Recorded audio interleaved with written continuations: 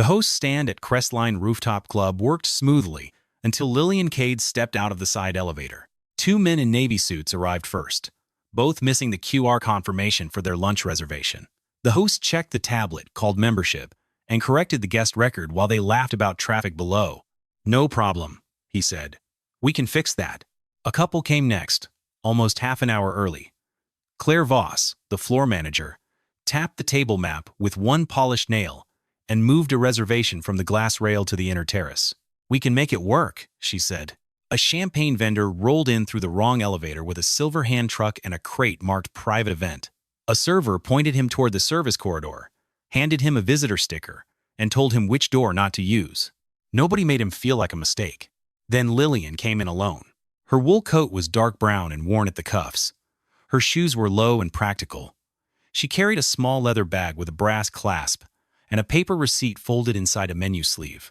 She walked slowly, but not weakly, and stopped at the same host stand everyone else had used. "I have a paid guest lunch," she said. The host took the receipt. His thumb moved down the printed line. "Guest, Lillian Cade. Table, terrace lunch.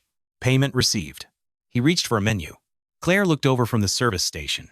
Her eyes went to the coat first, then the shoes, then the small leather bag. "Hold that table," she said. The host paused with a menu halfway out of its slot. Claire took the receipt from him and opened the tablet. She did not call membership. She did not check the payment field again. She tapped a drop-down under guest notes. "Guest comfort review pending." Lillian watched the motion. "Is there a problem with my receipt?" she asked. Claire looked at the screen, not at her. "No, ma'am. We just have a few terrace standards." The host held the menu tighter. "What standard did I miss?" Claire smiled without showing her teeth. "It is only a placement question." A waiter carrying bread plates slowed near the marble column. Miles Turner, the young busser, stood at the water station with a tray against his hip. He saw the receipt. He saw the tablet. He saw Claire close the guest notes tab before the host could read it. Claire led Lillian to a small table near the glass doors, not at the rail, but close enough to see the city through a gap between two palms. The white cloth was clean. The silver spoon sat straight above the napkin. Lillian sat. She ordered tomato soup, warm bread, and hot tea. "That is plenty," she told the waiter. Miles brought the tea. He set the pot down carefully and turned the handle toward her right hand. "Thank you, baby," she said. She tipped him before the soup came. A folded bill slid under the saucer. Miles blinked, then tucked it into his apron. Across the terrace, Grant Mercer arrived with two investors and a laugh that made servers straighten before they knew why. He shook hands with the members at the rail. He called one man senator, though the man had been out of office for years and still liked hearing it. When Miles passed with a water pitcher, Grant snapped once. "Marcus." Miles stopped. "My name is Miles, sir." Grant looked at the badge, then back at the investors. Close enough. Nobody corrected him. Grant's eyes moved across the terrace and stopped on Lillian. He leaned toward Claire. "Who cleared that table?" Claire glanced at the tablet. "Paid guest. That is not what I asked." The investors looked at Lillian, then looked away toward the view. Grant folded his napkin and placed it beside his plate. "This terrace has a standard," he said. Claire walked to Lillian's table with a tablet held flat against her waist. "Ma'am, I'm sorry. We have had a member comfort concern." Lillian set her spoon down on the saucer. "Did I raise my voice?" "No, ma'am." "Did I spill something?" "No, ma'am." "Did I refuse service?" Claire's fingers tightened around the tablet. "No, ma." "Then I will finish my soup." She picked up the spoon again. Grant was already standing. He crossed the terrace with one hand in his jacket pocket and stopped at the edge of Lillian's table. "Show me your membership card. I am a guest today." "Of course you are." Lillian looked at the paid receipt beside her teacup. "The club accepted my payment." Grant turned slightly, letting the two investors hear him. "Payment is not the same as belonging." Miles lowered his tray near the service station. The small printer under the counter clicked once. A carbon copy slid out. Table incident slip. Guest refused relocation. Miles looked at Lillian's table. No relocation had been offered. Only removal wrapped in softer words. He folded the carbon copy once and slipped it into his apron beside the tip she had given him. The receipt was valid. The table was paid. So why did the slip already say she refused? Miles Turner kept the carbon copy folded in his apron. The service printer under the station had already gone quiet, but the words were still fresh in black ink. Table incident slip. Guest refused relocation. At Lillian Cade's table, no chair had been moved. No second table had been offered. Her paid receipt still sat beside the teacup, square with the edge of the saucer. Grant Mercer stood over the white cloth with one hand in his jacket pocket. Claire Voss held the tablet against her waist. "Ma'am," Claire said, "we can offer a quieter table inside." Lillian looked at the terrace through the glass doors. Then she looked back at the soup bowl. "Is this table closed?" "No, ma'am." "Is my receipt invalid?" "No, ma'am." "Then why would I move?" Claire's thumb hovered above the tablet. "It is a comfort matter." Grant let out a short laugh through his nose. "There." She refused. Claire did not look at Lillian when she tapped the screen. "Meal service adjustment pending." Lillian placed her spoon on the small plate under the bowl. "I have not refused service," she said. Grant reached past Claire and lifted the soup bowl himself. A line of tomato soup ran over the rim and down the side of the china. Claire reached for it too late. The bowl tilted. Soup hit the stone beside Lillian's chair, then spread under the table leg. The spoon slid from the saucer and struck the floor once. Miles took one step from the service station. Grant looked down at the spill. Now it is a safety issue. One of his investors touched the stem of his water glass, then removed his hand. Arthur Bell, an older member near the window, lowered his menu and kept it open in front of his face. Claire opened another field on the tablet. "Meal removed for service recovery." Lillian looked at the spoon on the floor. "That is not what happened." Grant turned toward the terrace doors and clicked his tongue twice. Two large dogs rose from the shaded corner near his table. Their leashes dragged over the stone. They came close enough to sniff at the spilled bread. "Nolan," Claire said without turning. A security guard in a black blazer stepped in from the member hallway. His name tag read Nolan Reed. Before Nolan reached the table, Grant pointed at Lillian's leather bag. "Check that before she goes. Private club. Things move." Claire's fingers tightened around the tablet. "What item is missing?" Lillian asked. No one answered. Grant gave Claire a look that did not need volume. Claire opened a form. "Guest property review." She crouched beside Lillian's chair and reached for the brass clasp. "Ma'am, this will only take a second." Lillian rested one hand on the bag. "You do not have my consent." Claire stopped.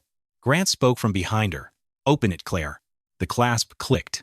Inside were reading glasses, a coin purse, a small Bible with a cracked spine, and a worn photograph of a young couple standing in front of a narrow storefront. Claire's face changed by one small degree. There was nothing here. Grant did not step back. She had time. Lillian picked up the photograph before Claire could put it down. Her thumb touched one soft corner. Then she returned it to the bag and closed the clasp herself. Claire tapped the tablet again. Voluntary bag review completed. Miles saw the line from the service station. Lillian saw it too.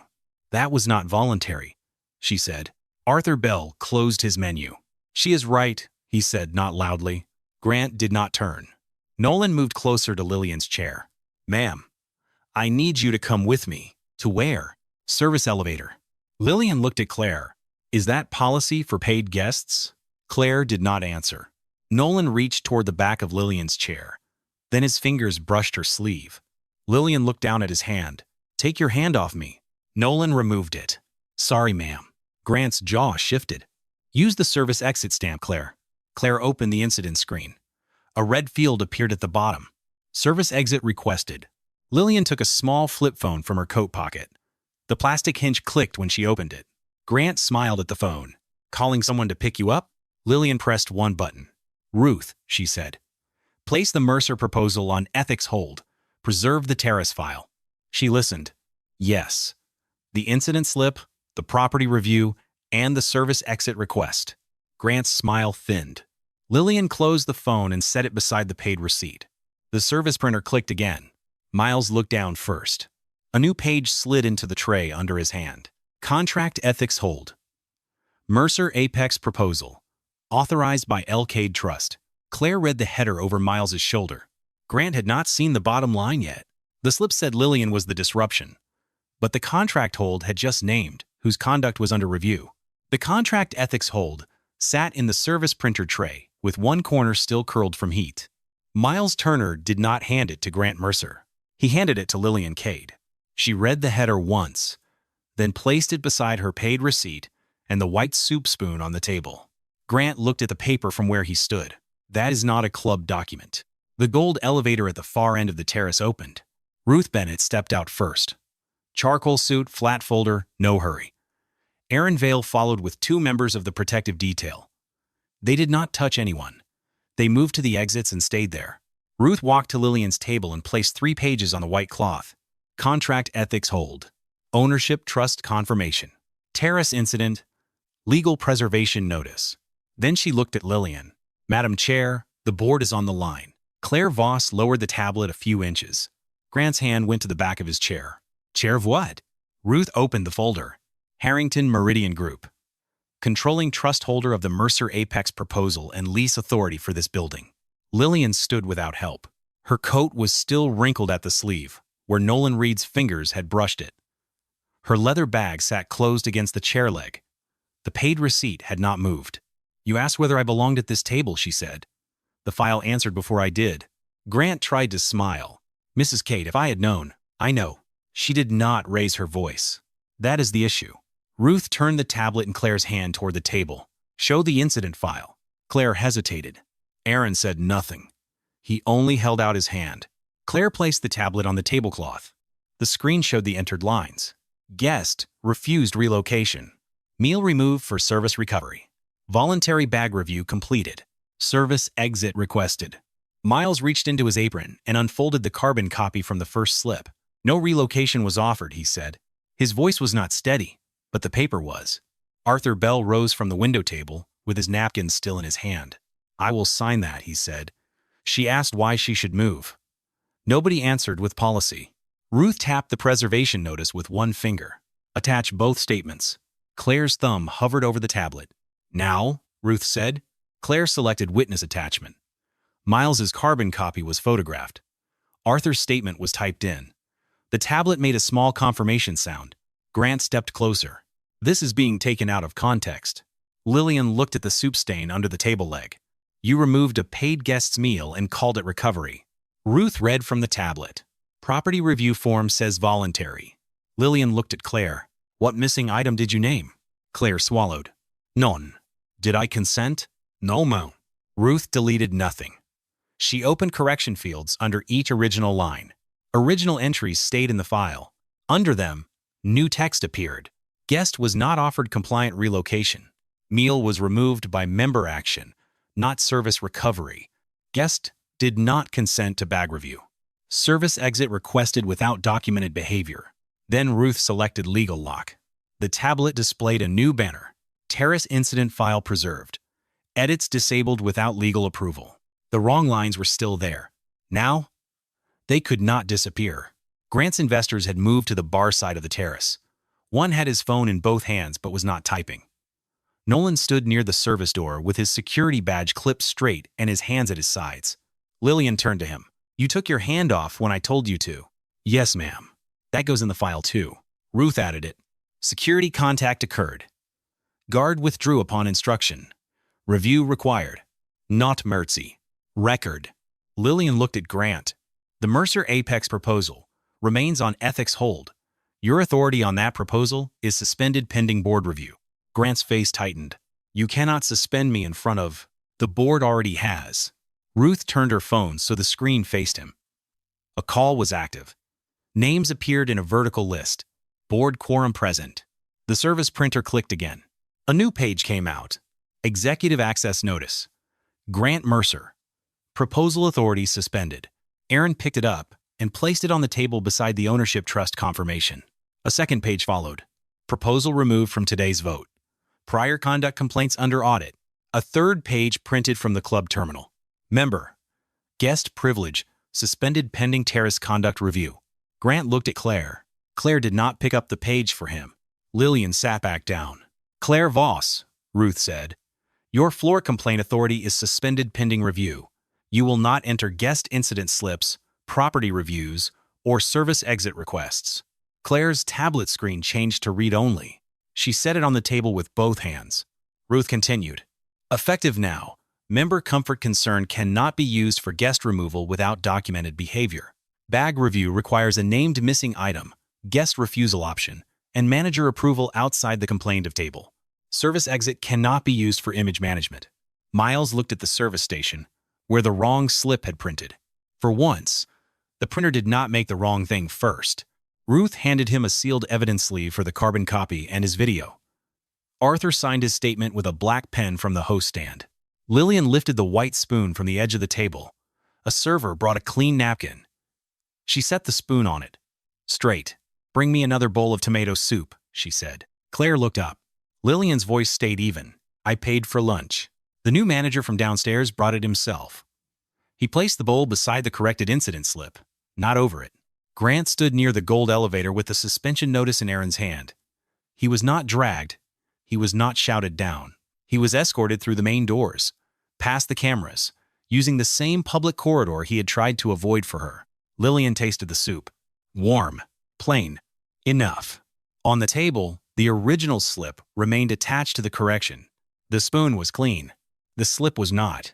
If you have ever seen a form make someone the problem before anyone checked the facts, write one word in the comments. Record. Share this story with someone who knows how quiet, unfair treatment can look from the outside. This is a fictional story created for storytelling purposes.